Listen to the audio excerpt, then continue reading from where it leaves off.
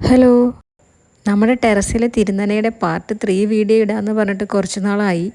ഇത് 3 ആഴ്ച ആയപ്പോൾ എടുത്ത വീഡിയോ ആണ് കേട്ടോ. ചെടികളുടെയൊക്കെ വളർച്ച ഇതിൽ കാണാം. തിരുനനയുടെ പൈപ്പുകളിലൊക്കെ വെള്ളം നിറച്ചിട്ട് അത് എങ്ങനെയാണ് ചെടികളിൽ എഫക്റ്റ് ആവുന്നത്, അല്ലെങ്കിൽ ചെടി എങ്ങനെയാണ് വലിച്ചെടുക്കുന്നതെന്നൊക്കെ നോക്കിയിട്ട് പാർട്ട് 3 വീഡിയോ ഇടാമെന്നായിരുന്നു ആദ്യം വിചാരിച്ചത്.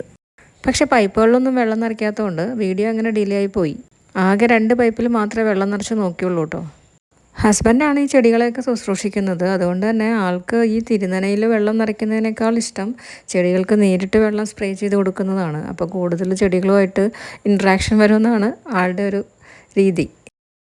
തിരുനന മെയിനായിട്ട് സെറ്റ് ചെയ്യാനുള്ള കാരണം ഇപ്പോൾ വെക്കേഷനൊക്കെ വരല്ലേ എന്ന് വിചാരിച്ചിട്ടായിരുന്നു കേട്ടോ. നമ്മളൊരു 3-4 ദിവസമൊക്കെ വീട്ടിൽ നിന്ന് മാറി നിൽക്കുമ്പോൾ ചെടികൾക്ക് വെള്ളം കിട്ടിക്കോളൂല്ലോ. ഒരു പോട്ടിൽ നമ്മൾ 2 തരത്തിലുള്ള ചെടികളാണ് കേട്ടോ വെച്ചിരിക്കുന്നത്.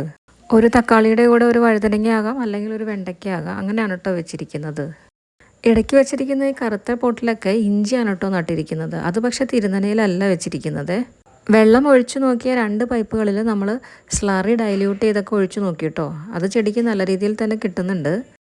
ഇനി കാണാൻ പോകുന്നത് 5 ആഴ്ച എത്തിയപ്പോൾ ചെടികൾക്കുള്ള വളർച്ചയാണ് കേട്ടോ. ചെടികൾ വെച്ചതിൽ ഒത്ത നടുക്കായിട്ടേ നമ്മളൊരു ബനിയനും കെട്ടിത്തൂക്കിയിട്ടിട്ടുണ്ട്. അത് കൂടാണ്ട് നമുക്ക് നിറയെ പൈപ്പ് ഉണ്ടായിരുന്നല്ലോ, അതും വെച്ചിട്ടുണ്ട്. ഇടയ്ക്ക് യൂസ് ചെയ്യാത്ത 1-2 ഷട്ടിൽ ബാറ്റും വെച്ചു.